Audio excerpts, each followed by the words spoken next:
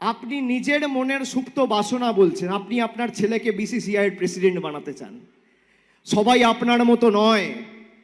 আপনি জীবনে আন্দোলন করেননি, আপনার বিরুদ্ধে একাধিক অভিযোগ রয়েছে। আজকে কাউকে ইডি সিবিআই ডাকলে আপনারা চোর বলেন। আপনি নিজে জেলখাটা আসামি। আপনাদের কাছে আমাদের নীতি আদর্শের কথা শিখতে হবে না। যোগী আদিত্যনাথ সব থেকে ব্যর্থ, সব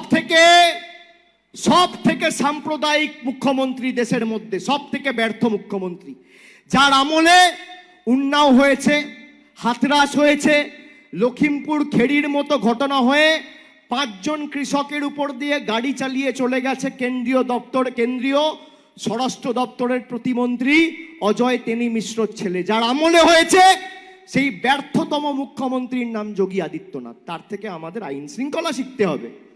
আপনি শুনে রাখুন।